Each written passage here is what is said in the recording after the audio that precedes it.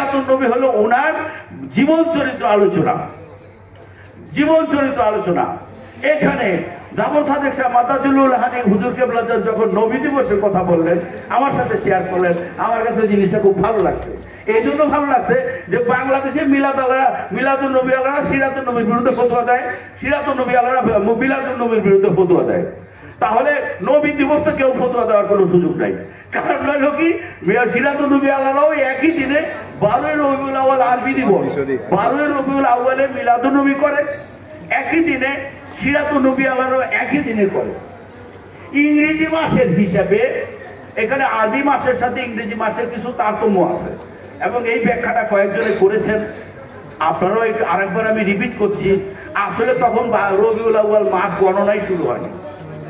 রাসূলুল্লাহ সাল্লাল্লাহু আলাইহি সাল্লামের আবির্ভাব দিবসে 12 রবিউল আউয়াল ধরবো, এটা তখন গণনাই শুরু হয় নাই।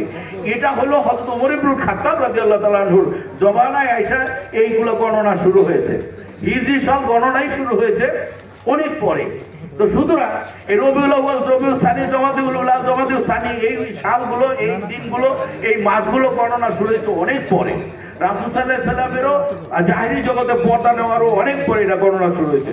তো সুতরাং আমরা 12 রবিউল আউয়াল কেন ধরে নিয়েছি? কারণ ওই দিবসটা আরবি যখন ক্যালেন্ডার শুরু হয়, তো ওই ক্যালেন্ডার আরবি ক্যালেন্ডার অনুযায়ী তখন 12 রবিউল আউয়ালই পড়ে। কিন্তু যেহেতু রাসূলুল্লাহ সাল্লাল্লাহু আলাইহি ওয়াসাল্লাম 570 খ্রিস্টাব্দে 29 আগস্ট, আপনি যখন ইংরেজিতে যখন মিলায় দেখবেন তাহলে কিন্তু নবী দিবসটা হয় এই 29 আগস্টে। এখানে আরবি ক্যালেন্ডারের সাথে এবং ইংরেজি ক্যালেন্ডারের সাথে, ইংরেজি দিবসের সাথে কিছুটা তারতম্য আছে। সেটা নিয়ে আমাদের কোনো ফতোয়া নাই, সেটা নিয়ে আমাদের কোনো বিরোধিতা নাই, সেটা নিয়ে আমাদের কোনো মতপার্থক্য নাই। 12 রবিউল আউয়াল আমরা অনুষ্ঠান করব, আরো সারা দেশব্যাপী করবে। এখানে আমি বিনয় শুধু অনুরোধ করবো যে যারা বুঝবেন না তারা আমাদের কাছে বুঝে নেবেন, কেউ অযাচিত ফতোয়া দেবেন না যে ওনারা কেন আবার নবী দিবস শুরু করলো। যাই হোক, সবার কাছে উদাত্ত আহ্বান করবো আমি যে আজকে যারা এখানে উপস্থিত হয়েছি, এখানে আমরা